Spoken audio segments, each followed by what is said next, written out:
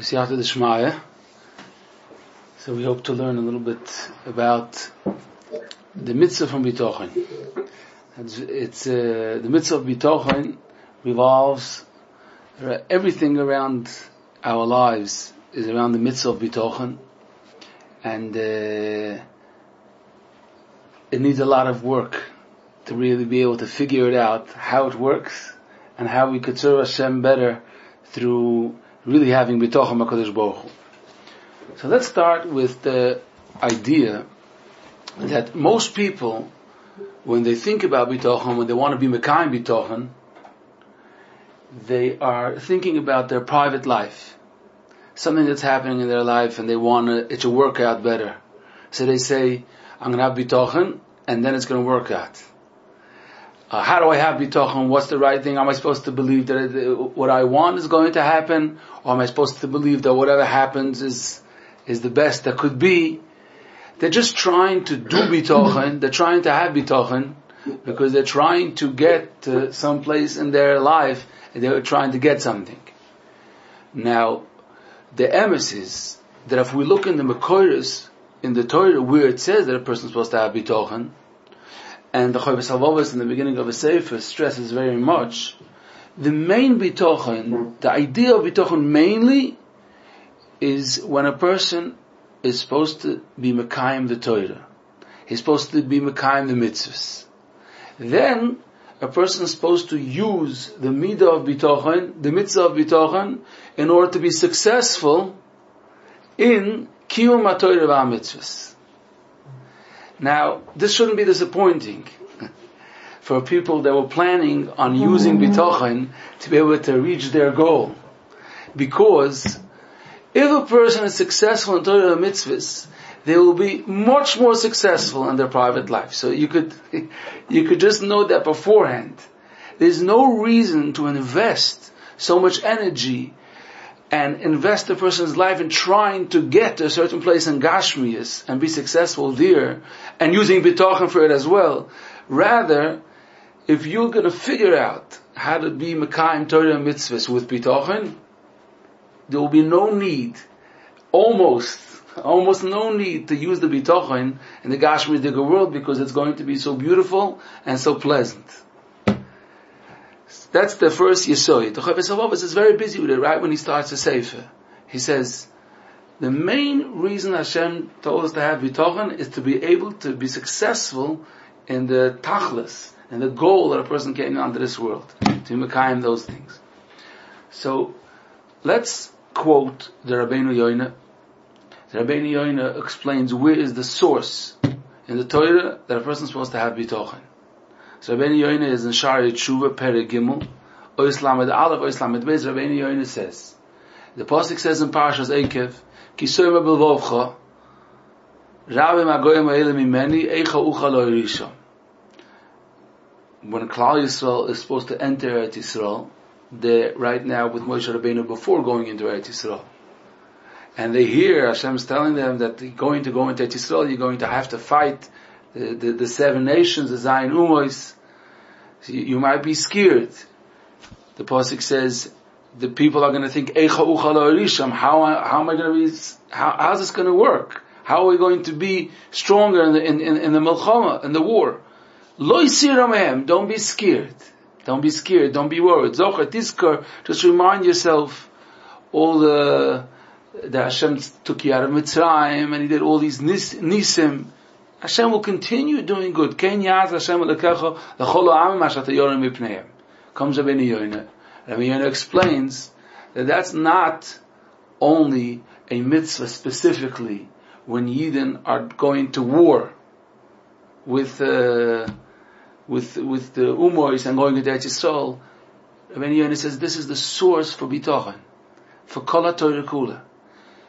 Klomar, that means that every time Hashem tells you, I want you to do this and this, and that person gets frightened, but how am I going to be successful? How is it going to work? I don't see myself that I'm going to be able to do that.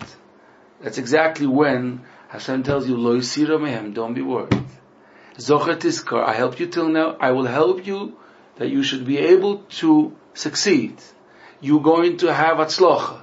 You're going to get there. You're going to get to the goal. Even though you don't see how, I will help you. I will be there. I will hold your hand. That's what Rabbeinu Yoina says. He says, this is the Mekor, the source of Mitzvah Bitochen. And you're supposed to now understand it in Kol HaTorah Kula. There's another Rabbeinu Yoina, which opens it up from a different angle, but it's once again the same idea. The Rabbeinu Yoina is on Mishlei. In Perek Gimel Posik Tes, Shlomo HaMelech says a very famous Posik, Kabed es Hashem mehoincha. You should not serve, you should be mechabed, you should honor Hashem with your money. Hoincha means money. You should honor Hashem with your money. So Rabbeinu Yoina, this is a yesod, it's fundamental in bitochen, this posik. Why? You might be worried, how could I honor Hashem with my money? I don't have enough money. Or, I'm not going to be able to give enough tzedakah or do mitzvah with my money because then I won't have anything left. What's going to be with my savings account? Ubachanuni gam bazois, Hashem has test me. Yeah. But Rabbeinu Yoina says, it's not as gula in mitzvah tzedakah. It's not as gula just in Maisik Sofim. It's not as gula in Maisik Sofim.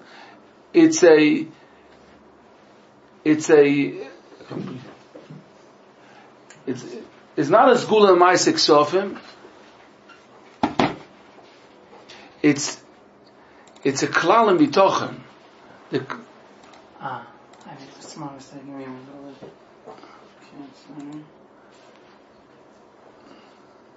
You need to unmute yourself. Yeah. No, you're muted. Now I'm muted. You're muted. I muted.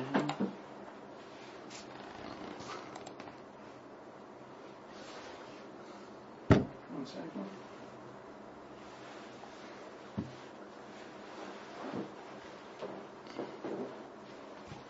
Every aschal has to have. Yeah. Okay. Right now, okay. The Rabbeinu Yoina says, we were quoting Rabbeinu Yoina.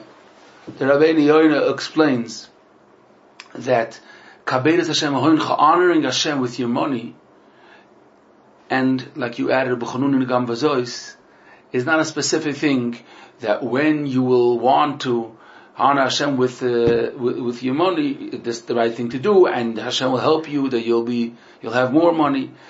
Rabbeinu Yoina says, Yiftach b'Hashem, trust in Hashem. Ki b'glal hadover hazeh, the Pasuk explains it. The Pasuk says, I know it's scary, I know it's painful when you take your money, because you're like, but I still have so many other things I need to do. If it's the right thing, again, with someone, he has the money, use it, and you're going to see it's going to be like a be'er. It's going to come more. The Chofetz Chaim, in Zechor LeMiriam, one of the Kontresim of the Chofetz Chaim explains that it's logical. In the Pasuk in Vayero, when Lot took in his guests, and then the Anshe Sdoim came, and the Anshe Sdoim wanted to, they wanted to come and harm them, and so Lloyd said, you can't do that, because Al Kain Bo B'Tzeil Kairasi, they came to be by me, I have to protect them. They came to me, so I should protect them. You can't, now I have to watch over them.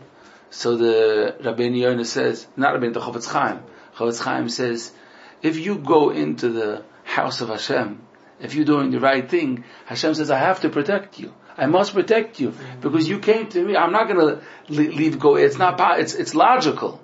I once heard this idea that if you would be watching an old man that it's hard for him to walk, elderly man, asking a child if you could please hold on to him and you should help him cross the street.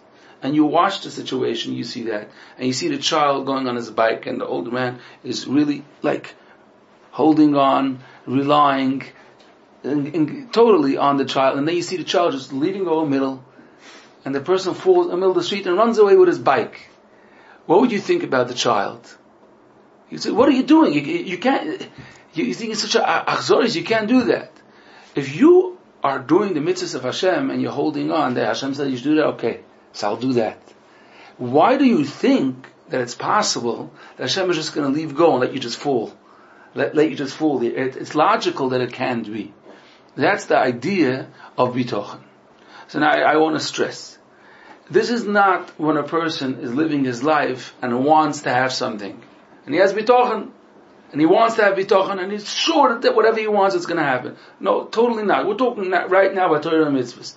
We hope, is Siyata Deshmaya, to reach that point to also discuss how it works when a person is in a situation that a family member is sick, and they want to have bitochen, and they want to know if it's the right thing to have bitochen, that the family member is going to make it. Of course, that we have to see what the Torah tells a person, what to think. What's the right mahalach hamachshava? What's the right train of thought when a person is going through a situation? Or monetary things, if something is happening, and he invested, and he has like $1 million stuck somewhere, and he wants to have bitochen that it's going to be good. That's Hashem, we have to reach to that. But the beginning, the source of bitochen is, number one, when you're being mekayim Torah and mitzvahs, which is all the type of things, Hashem says, start doing it, even though you don't see how this is going to work. And that is what bitochen is. It's not also bitochen. Bitochen was mainly for that. For that. The Ksav Soifer elaborates that if we look through Torah mitzvahs, we constantly will see that that's how it works. Shemitah, right? Half a year coming up, Shemitah, less than half a year. The idea is that a person says like, oh, how am I going to live? So the Pasuk says, don't worry. I beg you, don't worry, I'll take care of you. Be mekayim the mitzvah, I will take care of you. So the Ksav Sofer says, in Parshas Bahar, where is it mentioned? It says Bahar Sinai. It's called Parshas Bahar, it's next week's Parsha. Happens to be next week's Parsha. So now, all the Meforshim, including Rashi, they ask, Ma'ayin Shemitah Heitzil Har Sinai.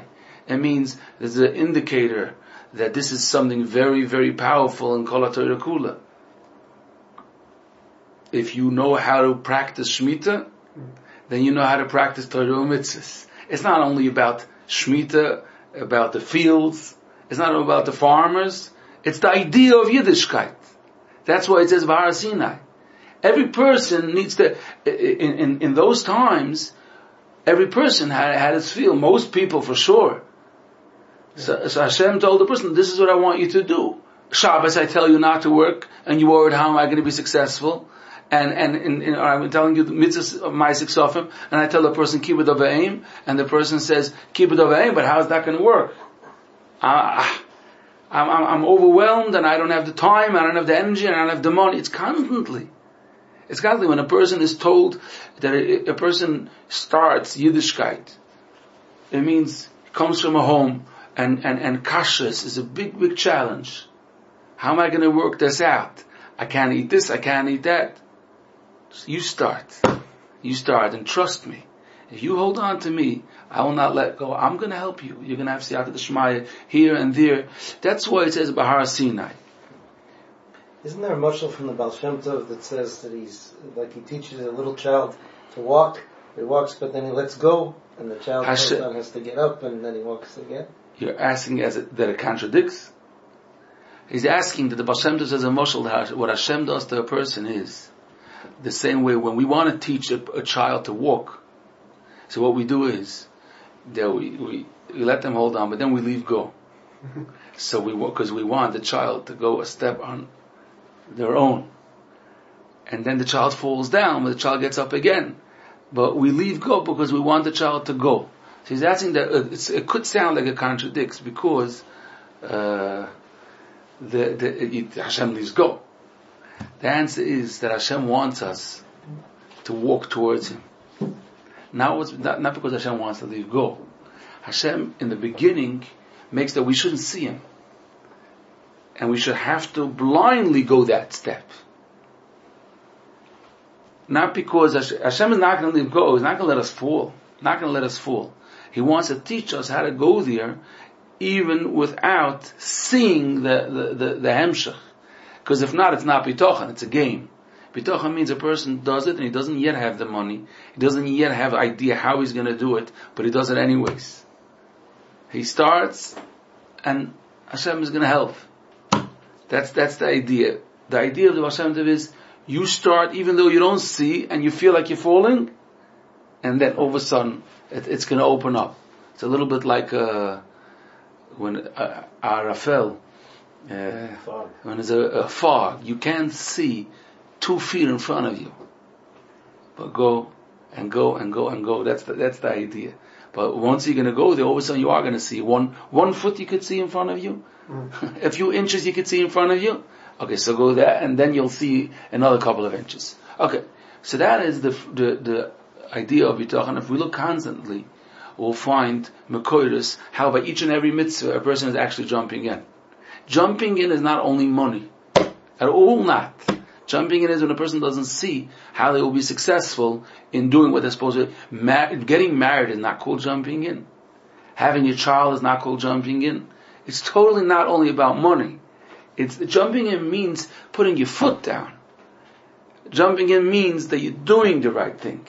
Sometimes that also includes when a person just has a small amount of money and he's scared to use it for this because he feels he has to save for future things. He feels he has to save, but really, right now, this is the right thing. Which, of course, we have to learn when it's the right thing. What is the right thing? Because 20%, you can't go more than 20% for stocking. True. Stock, we have to discuss that, sure. So that's step number 1. Step number 1 is understanding that bitachon is mainly set up to help you in ruchnius. And number 2, how actually all the mitzvahs are set up in that way. And if it looks like it's too hard to be mekayim Torah mitzvahs, that's fine. That's perfectly fine. But just start, and then you'll see Hashem is going to help you. Now, let's go to step number 3. The Kedushas Levi. The Kedushas Levi, Heilige Baditche Berov, explains that Nachshon ben Aminadav, by Kriyas Yamsuf, was in such a situation. That means the Klal Yisrael is standing by the Yamsuf, and Mitzrayim are from the back, and they have no idea what to do, and they're stuck. And they're crying out to Hashem. And here we have the Hashem gave a mitzvah. What was the mitzvah? Da'aba b'nei Yisrael v'Yisrael. Abishai tells Moshe, tell the heathen to go into the Yamsuf, go into the sea, just start walking. Now, where am I going? It's going to work out. Avraham Avinu was not different. Avraham Avinu was also lech lecha. Go where you'll go. By the Har HaMoriah also. I'm just going to tell you where. You start going. So Nachshon ben Aminadav, the Kedushas Levi is imprinted in Parashas B'Shalach, and Kedushas Levi says he started going in. Now, here is a very important fact. The Kedushas Levi says that a person could understand Nachshon ben Aminadav's act, his pu'ula, what he did. You could understand it in 2 different ways, or that's how the Kedushas Levi explains it. You could look at it one way, you could look at it a different way, and then the Kedushas Levi is going to say what is the right one. The first way is that he was planning to be Zech Moiser Nefesh. Hashem says, I want you to jump into the sea. Okay, maybe Olam Haba. But right now, that's the mitzvah. Hanani Mishal was I jumped into the fire. Yidden in all generations were Moiser Nefesh. So Nachshon ben Aminadav is a good Jew. And if that's the case, he jumps in. That's one way of understanding it. The other way of understanding it, the Nachshon ben Aminadav said like this: Hashem is not telling you to me because Hashem wants to kill me. Hashem can tell me just to stay right there. And it must be that Hashem has some kind of way that things are going to work out. And it's going to be good. What that way is, no idea. I can't understand, there's no way that I'll think. There was no situation of Kriyas Yamsuf before that, so the mind, he should be able to fathom what it is all about. But when he went in, when he jumped in, it was because Hashem was not going to let go. You want to see? I'm going into the sea. You'll see I won't die. So Kedushas Levi says, which one of the above is the right mahalach? So Kedushas Levi says, the second one. He says, and that's not only for Nachshon ben Aminadav. That's constantly adding on, complementing the Rabbeinu Yoina that we learned earlier. That's the next step. When Hashem is telling you to start off and just do it, says the Kedushas Levi, it's not because Hashem is telling you just do it and commit suicide for me. Because we're chai b'hem. It says v'chai b'hem. It says v'chai b'hem. Right? So it means that you're going to be matzliach, and you're going to live, and you're going to be successful in any aspect. But the person is being told to do so before they could see how they're going to stay alive. How's this going to work? You're telling me to do something, but it's not going to work out. And the person feels, I guess I'm supposed to be Moisei Nefesh. I guess it's bashar to me to live a horrible life. Okay? If that's what it is. I'll have Emunah. And I'll even maybe trust Hashem that I guess that's what's good. Maybe that's even bitochen. Comes the Kedushas Levi says, you're making a mistake. You now could only see two options. Or you're not going to do what you're supposed to, or you will do, and it's going to be a disaster. That's because your mind is limited, and it's not possible for you to see. That is the idea of bitochen, that you should go me'eva, you should go past what your mind could understand. And you should do it, not only trusting because if Hashem told to do, then I have to, trusting that Hashem is not going to leave go. He will somehow find a way for me that it's going to be good. I don't know what good is, I don't know when the good is, but it's going to be good. That is what Hashem, in other words, the story of Kriyas Yasov is teaching us. That's what the Eibush is teaching us in the Torah. Learn Torah. Learn the story, understand the story. Learn how to do it on your own. When you are in such a situation, any kind of situation which you feel you're like diving in and you have no idea how this is going to work, if it's the right thing, just do it. And it's going to be good. That is a very important factor. Now when we say it's going to be good, let's go to the next step. When we say a person can't understand what it means it's going to be good, it means that a person really, really can understand what it means to be good, and sometimes he gets shocked because they were sure that good is going to mean that. That's very important. We're going to the next step. It means, okay, it's going to be good, so they jump in, and then they get shocked because let's say a person had an investment and went sour, and then they had bitochen, full bitochen. I'm just going to jump in, whatever it means. If it means to continue on in life, if it means to give my six off him, if it means to be b'simcha, I'll do what I'm supposed to. And I have bitochen, it's going to be good. And then, there's a big baruch dynamics on the money. There's nothing left. The bitochen, for some reason, for him it didn't work. That's not because bitochen didn't work, because bitochen always works. That's because you understood that bitochen is going to be something specific. Wait. Continue on. A person, in order to be able to have the right bitochen, needs a lot of savlonos.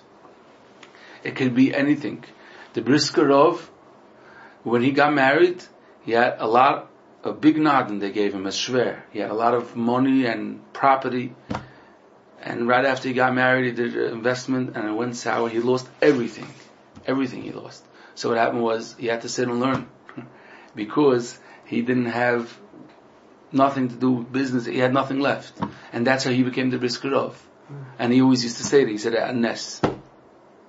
Mamash, a nes. The Chofetz Chaim said that he knew in his town of Radin, he had a Rov that they roidifed him. The people, they said about him that he's not good in this and not good in that, and his children are not behaving. They roidifed him until he had to leave the city. And he had to find a city, and he found a city, which there he could be a Rov. And they were Chassidim. And all his children, 50 years later, the Chofetz Chaim said, I met that fellow. All his children became Chassidim, and he was very, very matzliach with his children. So the Chofetz Chaim said that now looking back, the problem that he had in Radin, why everybody was roid of him, because his children weren't doing well. and it was a Litvish city, and it wasn't good for him. For this family, it wasn't good. This family needed something else. Hashem was megalgel. Shemala Kodesh Baruch Hu kol mishalot libeinu letova. Letova, mishalos libeinu letova. A person doesn't yet see the end. If you trust, then you continue seeing. You don't say now. And in the end you see the good. And then you will see the good. That's how it works by Torah mitzvahs. It continues on, and slowly you will see the good. Now, we started off in the beginning of the shir that bitochen is very important, mainly important for ruchnius. One of the biggest klolim of ruchnius is the parsha from V'hoya im Shemoya. Hashem tells you, I want you to say Kriyas Shema in the morning, every morning, as long as a person is alive. U'boiker u'be'erev. And Kriyas Shema has a lot of parts. The middle part of Kriyas Shema, V'hoya im Shemoya, Hashem talks to the person. He says, I want you to recite, say it again and again. If Torah mitzvahs are going to be working out, im Shemoya tishmo mitzvahs asher anoich mitzaves chem hayom, you will have a successful Gashmi Yizdeg life. That's V'hoya im Shemoya. I don't want you to live a life thinking that, listen, life is scary, life is not simple, it's tons of tzoros. Every day we hear more tzoros, this type of tzoros, that type of tzoros, all kinds of things. This is it. We don't understand. It's bashert. We can't know. It's gulgul in neshamos and his things. And this is what Hashem doesn't want you to live that type of life. No, if that would be the case, then Hashem would never tell us that you should read V'hoya im Shemoya and then just the person, any question you have, we can't understand. We can't understand anything. Because then, it would be much simpler. That Shema should say, Hashem Elokeinu Hashem Echad. But after we would say, of course, Hashem would have the first part of Krishma would say. And afterwards we would say, next part of Krishma is, never ask any questions, because you will anyways never understand anything. So this is what it is. It's good, and it's supposed to be like that, vizehu. And then you'd say the Chazan could just continue next. Why does Hashem tell us to say V'hoya im Shemoya? Why? It must be because Hashem is telling the person, you don't trust me. You live your life, every person, and you're so worried to be successful in your life, so you're just skipping this, skipping that, doing that a little bit different than you're supposed to, doing this a little bit different than you're supposed to, because you are like fighting for life. So like, if I'm not going to do it, then I have no brainer. We had when we were children, there was in the yeshiva that we were little kids, the yeshiva that we learned, there was a worker that he worked there, and he came then from Russia, and he had no upbringing, nothing. It was right then, it was in 91, 92, it was in those years, and they chapped him, the Yid that worked in the yeshiva, the manager, he chapped him that he stole. He took things. And he confronted him. First he said, I didn't take it. And then at the end, he tells the manager, he was speaking in Yiddish, he says, come on, let's be honest. Ich gonve, die gamves, ma'ale gamve, you gotta live. He says, why are you verdrehing me with Sachen that I stole? This is life. I gotta survive. You just, that's what he's telling you. It's something that people don't understand, that sometimes they say it to themselves. Listen, you gotta do what you gotta do. Sometimes it's Lashon Hara, but you gotta live a normal life. So you gotta just say what you're supposed to and go right. And that's because we don't trust Hashem. We don't trust Hashem sometimes a person feels he has a secret. If he's just gonna say this, what he knows. There's a person roidiving him, let's say. A person is making him bushes. A person is taking him to Besin. A person is and he thinks to himself, if I would say what I know about this person, If I would just, this whole thing would be over and done with. That person would be gone. And he doesn't say it. Gibor Otsu doesn't say it. Why? I'm not going to be more successful by not doing what I'm supposed to than what I'm doing. Hashem will not, I'm holding on. That's V'hoyim Shemoya. That's the idea of V'hoyim Shemoya. It means constantly remembering this idea. If you will follow me, and you will have a better life b'gashmias. It's not talking about Odom Haba. You will have tevuah, you will have what to eat. It's not talking about, you're talking about schar, you're talking about Odom Haba, it's a different topic. Hashem didn't tell us that we should read in Kriya Shema about Odom Haba. It's not part of Kriya Shema. It's something else. A different day, let's make a share on that. But V'hoyim Shemoya came to tell the person, I promise you and trust me, you will have a better life, a geschmacka life, you will enjoy it, everything, it's just going to be good. And it's not simple for a person to believe that. It's a struggle, because a person is like, pain, it hurts me here, I have that issue, I have a whole history, I have something very painful that I can't even bring up, because if I feel I get choked if I touch that topic, and you're telling me that life is so pleasant and so beautiful, and there's nothing else about it, V'hoyim Shemoya, a person gets very upset when it's said straight out like that. Most people in their mind, if they're a little bit older, they think when we say such a shir, it's not that simple. That's what they think. I hear, but it's not that simple. Life is more complicated than that. Well, it's true that there's a lot of cheshbonis what goes on in the Bria. It's true. It's true. I'll give an example. I want to answer that thought. It's true that, l'dugma, an example, there's a mazel anius and there's a mazel ashirus. Someone that's born a mazel of a oni, he's in a mazel of a oni, even if he is Mekayim Torah mitzvahs. Even if Mekayim Torah mitzvahs. How many Tanoim, how many Amiroim, how many Gdolei Yisrael, how many such Erlechiyim. They were mazel shel anius. People are born in a mazel that they can't have children. They are born in a mazel that can't have children. The ovos, the imois, and so on, not because they did something wrong, not because they ever did something wrong. And the neshama knows this before it comes to this world. And the neshama knows that before the neshama goes down to this world. Now, of course, this opens up another whole topic, another whole shir. But back to what we are discussing today. V'hoyim Shemoya says to the person, to every person, V'hoyim Shemoya is not only if everything was lined up. That means also mazel shel ashiris, and also then it'll be good. No, every single person.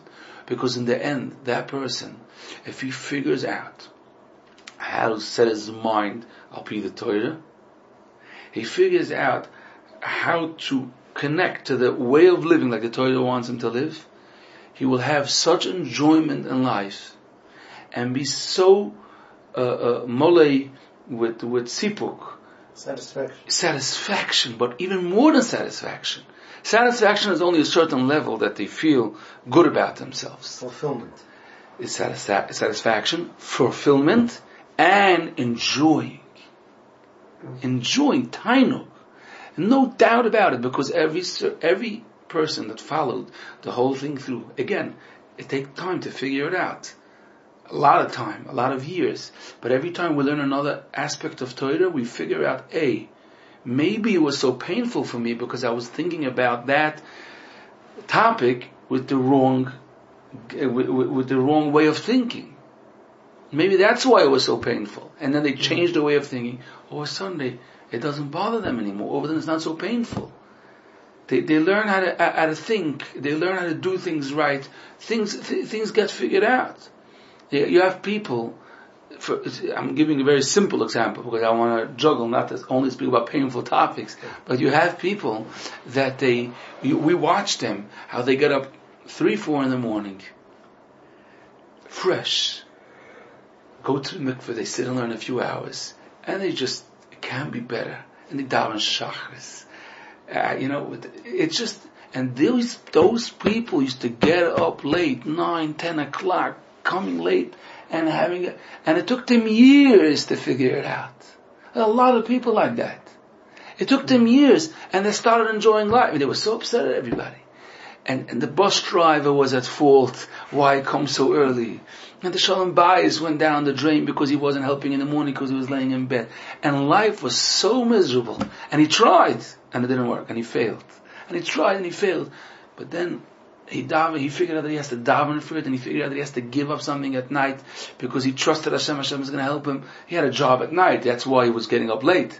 But then one day, the light bulb went, and it's like, hey, maybe I'm supposed to give up the job at night. But how can I give up my job at night? I have a family to support. I can't give up my job at night. And he goes to his Rav. And his Rav tells him, okay, let's see. What are your income? What's your expenses? And how much are you short? And what is it costing you this job at night? Are you davening? He says, I can't really daven. I daven. I try 10:30. I go be yechidus. Because what do you mean? Because I have a job at night. And he doesn't know. You're wrong. Leave go. But how am I going? That's bitochen. That's bitochen. And he drops his job at night. Again, after he spoke to his Rav. And all of a sudden, the Rav was clear, because the Rav said, you make much more by davening. You're going to be earning much more, because you're going to be bringing down the shefa. It's just going to come down so much more. You're going to have more money like that. And you can be more achrayis, the good person, and Amachaber as Ishtay brings him parnasa in his house. The Rav saw the whole picture. Constantly, Hashem wants us to remember, I promise you, Hashem says, it's going to be better. It's going to be more enjoyable. And you can figure it out, and life gets figured out. People who have pieces in the puzzle have to figure out. I'm just going to say an interesting marshal, how to explain it. Maybe most people, depends how old the person is, depends on which stage of life, but think about it like that. I'll go upon him a little bit. Shalom Bayis sometimes takes between 10 and 15 years. What does that mean? That means that there's a personality and then there's another personality. Now, in order all the pieces of the puzzle should fall into place, it takes a lot of time. That means to figure out, so this irritates. So these are the sentences not to say. It takes a lot of time, this and this and that, until when two people, it's not only Shalom Bayis, it's two friends also. It takes a bunch of years to really settle. Not the fight is good, that could happen right away. But to settle and know what times are better, what time, all the little aspects, it takes a lot of time. Then when that works out, then that's harmony. That's something totally different. When a person with the Torah, it takes a lot. A person says, of course, I'm a kind of Torah, he goes and he even does such good zachen, this, but then here, this doesn't work out and that doesn't work out, and he doesn't understand why Hashem is so harsh on him to do that. And why do I have to wear a mask? All kinds of funny things that come along in the middle, but don't be so, but why do I have to do such things? That gets them irritated.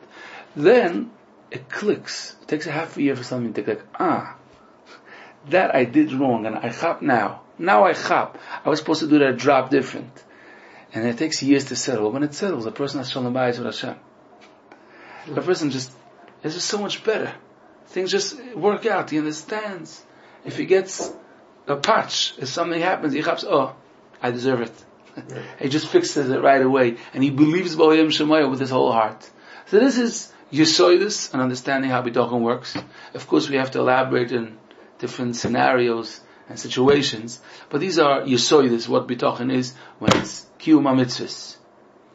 Questions? From there. You want to unmute? What's going on mute? No questions? Okay. I guess still digesting. We're still digesting it all. Digesting. Yeah. It needs. It's a lifetime to digest. Okay. B'siyata d'shmaya. Seid gesund und stark. Hatzlocha u'brocha. Okay. Somebody told me a story. I called a guy in Detroit. Actually, I wanted to tell him that the Rebbe was coming. He said the Detroit community, which is a pretty big community, he said they had no serious illness with corona whatsoever. It didn't make sense statistically. They have old people, they have this, that, no serious. The theory the doctors came up with was because they had had a measles outbreak about a year before. So the whole community got the measles shot. They said the measles shot could have mitigated the corona. How did they get the measles? There was a Masholach who came, and he spread the measles to them, and everybody was like so angry, that this Masholach came and took in this Masholach, and some people got measles, so they all had to get shots. And he says it looks like that might have been what protected the whole community, so that even those who got corona didn't get it hard. You heard this from a person in Detroit? Yeah. Wow. It says with Yaakov, Vayamin B'Hashem v'yachshav. V'Avrom Avinu. V'hem B'Hashem v'yachshaveh lo tzedakah. Yeah. V'hem B'Hashem v'yachshaveh lo tzedakah. Trust Hashem. When he took Yitzchak Avinu to the Akedah, it didn't make sense. Take Yitzchak Avinu to the Akedah. Hashem said that I'm going to have Kibi Yitzchak Yikor L'Chazorah. It'll work out. Okay. That's gesund Tag. Amen. Nachin Lamar. Amen. That's gesund.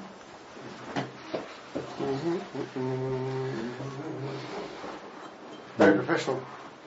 Very professional studio. Yeah. But I think it could work to have also.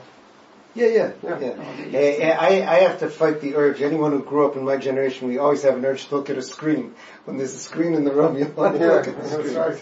But that should be because more like cover it a little, whatever. Not no, just say that. The Toller Rebbe told this Meister once that at one point the Ger Rebbe had sent him to be in charge of a group of Bachrim. They sent the Sachachav Yeshiva to build it up a bit. Mm-hmm. And he said there was a Magid in that yeshiva didn't like Hasidim, and he especially didn't like Ger Hasidim, and he used to let it be known. So these Ger Bachrim at one point they did a whole thing. They put up this whole poster in the yeshiva making fun of this Magid, and he complained to the Beis Yisrael. So the Beis Yisrael told him, tell all those boys they can't come to Ger. I think it was like for 3 months. He said that's like getting sent to Siberia for Ger Hasid. No, nothing, no anything. So finally, after 3 months. So they came Shabbos morning. So he asked that all those boys come to his house for Kiddush. He would have. So he sat at the table and he had the wine and was silent. He didn't do anything. He didn't pick it up. Total silence. Everyone was schwitzing. He's just sitting there looking. Finally he said to someone, he said, "What's going to be with the wine?" He says, "Levazet Talmud Chacham." He says, "Could we would make the wine treif?" It would be Yain Nesef. Yeah. And then he said, if they makabel on themselves, so then it could be okay. So afterwards he told to Rebbe, why did I do this so strong? I wanted them to know in their bones, you can never get to anything right by doing something wrong. You can never get to anything right by doing something wrong. Okay. So there's been some work done here. Done? Yeah. Yeah, the garden looks good. Look in the garden. You did a lot of work here. You have a good lunch.